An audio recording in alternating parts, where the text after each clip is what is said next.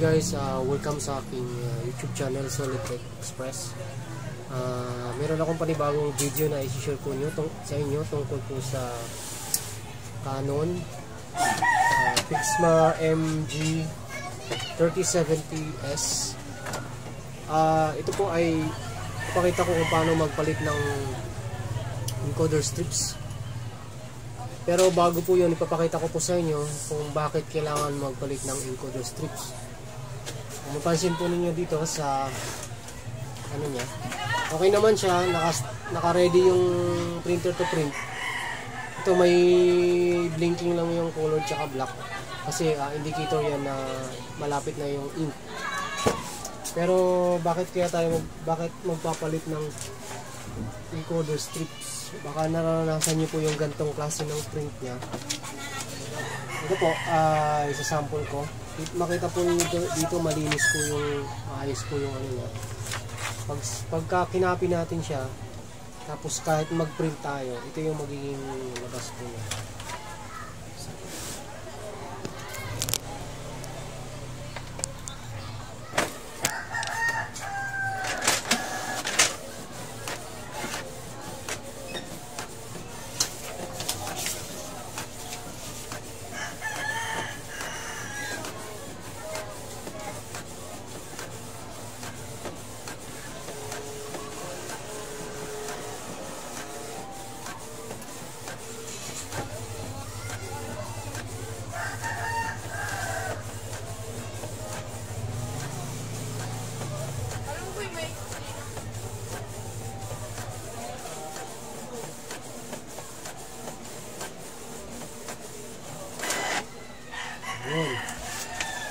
So yan po, makita po ninyo dito, kitang-kita yung diretso.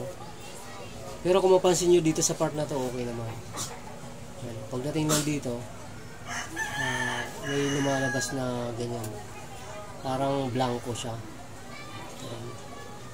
Tapos dito, so pagka ganyan ang nangyari po sa sa printer po ninyo, na or may mas malaki pa dyan na pag ganon, burado siya, dire-diretso.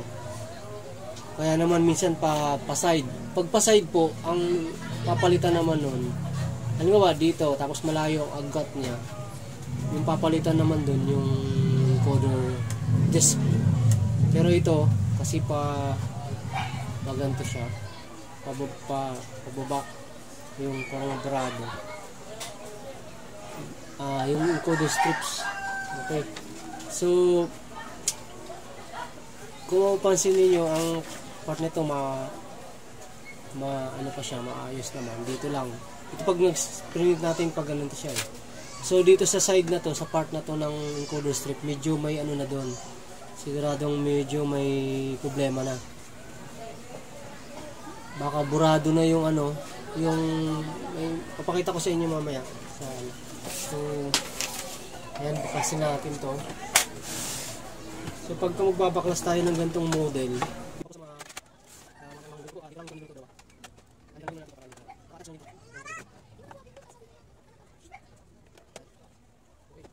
tapos, hanggang nyo natin ito. Pwede mo nang itong panel. Pero, kapag yung nang itong PDF, yung scanner ko doon. Pwede nyo naman yung sa kanil side. Pwede nyo naman. Atas lang naman. Then,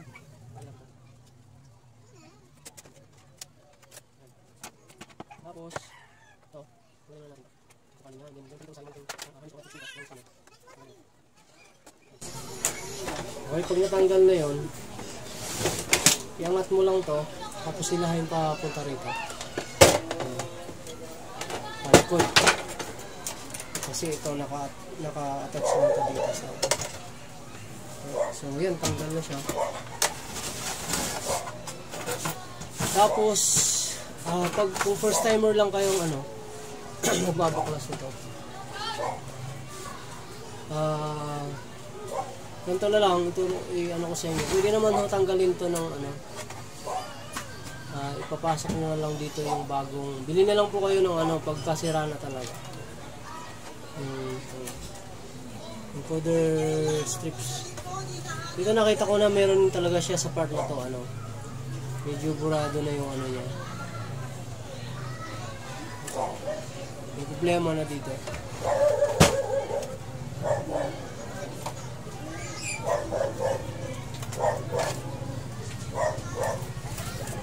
Ayan, di ko lang sure kung makikita yan dyan.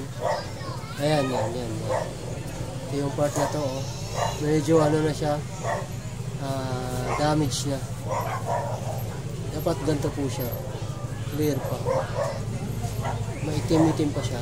Ito kasi medyo ano na, masak-masak na yun. Ito dito sa kabila.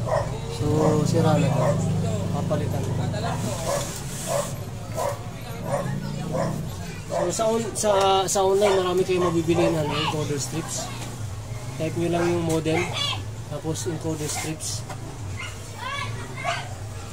Ito, gagamit ako ng encoder strip kasi wala akong order na panibagong para dito. Pero gagamit ako ng encoder strip ng ibang model. Magkaiba yan. Ito makapal, ito manipis. Tapos ang haba niya magkaiba. Nag-adjust na lang ako.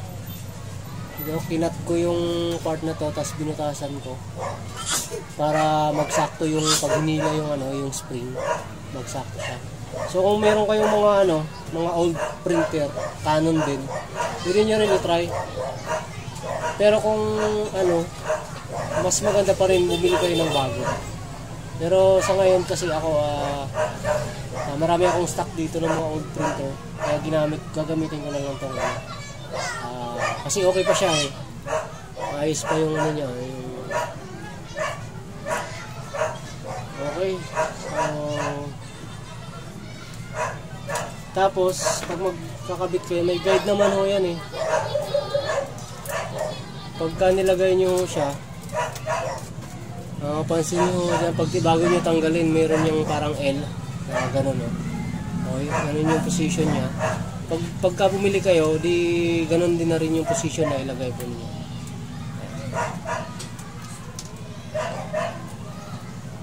So, ito ay ito yung gagamitin ko. Tapos iba tinanggal ko itong ito the strips din na luma. Silipin nyo muna bago tanggalin kung saan siya nakalagay dito. Saan siya nakapasok dito. Kasi baka magkamali kayo sa mga first timer lang na gagawa. Kasi sa mga marunong alam naman na nila yan. Kailangan sakto yung napasukan nito. Nandun, dapat meron kasi yun dun sensor. Dapat nakapasok yun sa may sensor mo. Okay.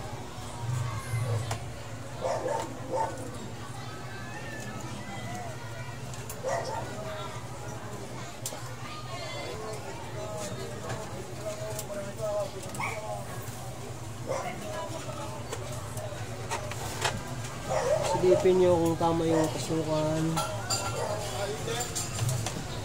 Kasi pagka mali po ang naipasok yung yung cover strips, yan, bibigla ho yan mag-move ng malakas pagka on ninyo.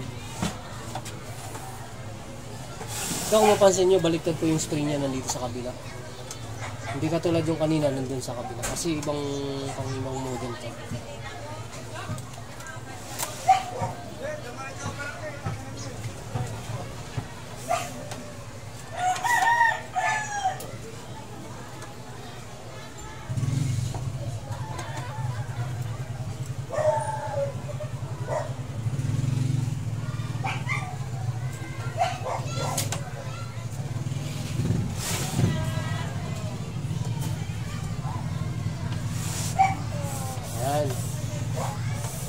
Okay na.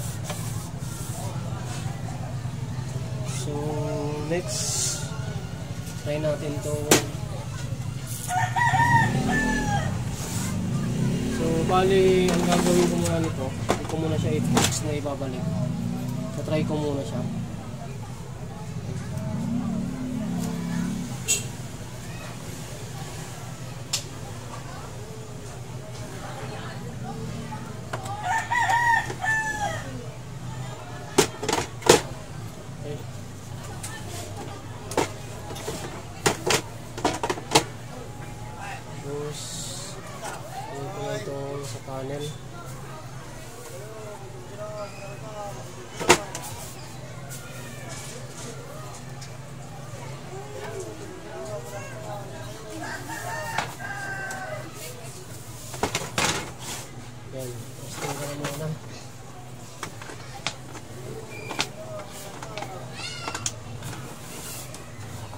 Okay, ito, power on.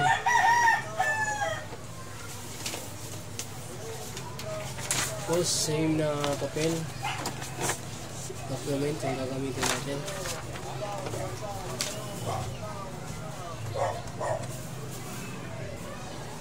Oops. Kailangan kasi nakasarado. Ayun. Ayan. Sunod tayo.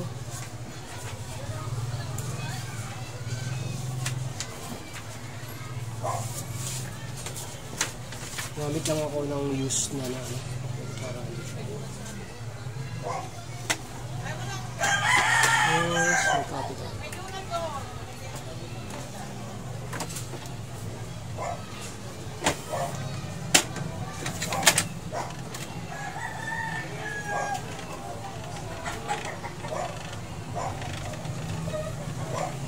Automatic cleaning yata.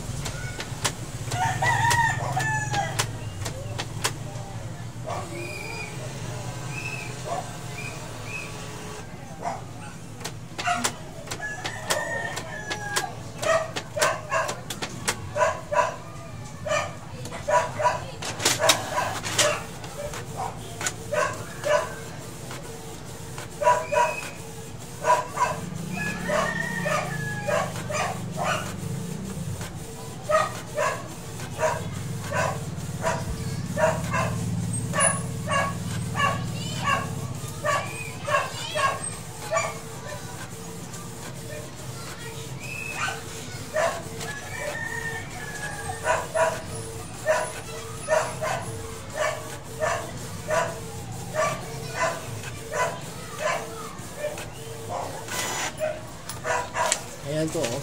Makita nyo, maayos na. Wala na yung guhit na dito. Ito yung kanina.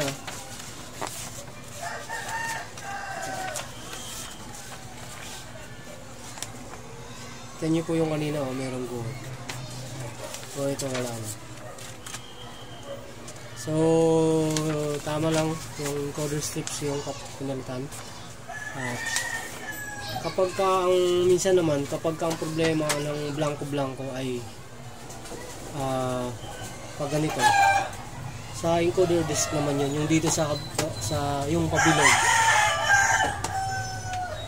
Okay, so yun lang guys. I-fix ko na lang to. Okay na, i-time ko muna.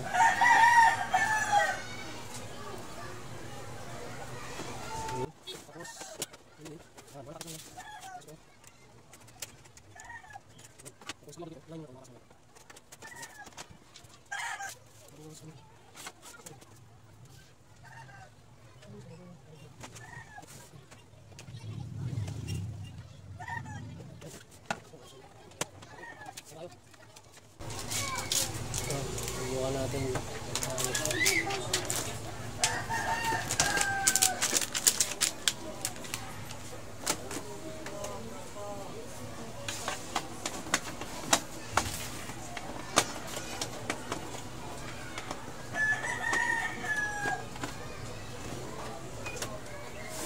So yun guys, yung ginawa kong pagpalit ng ng encoder strips.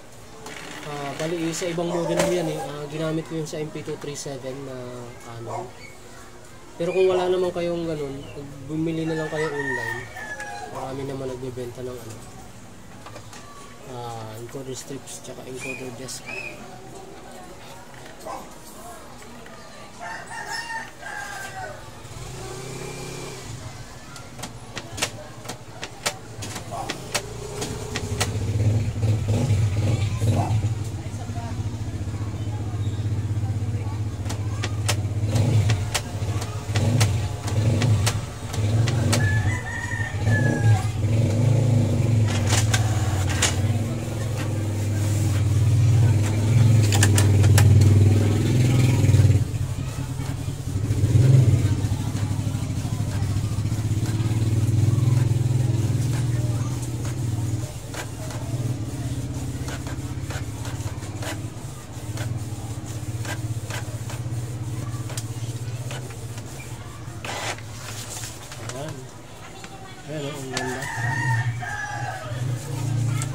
Wala siyang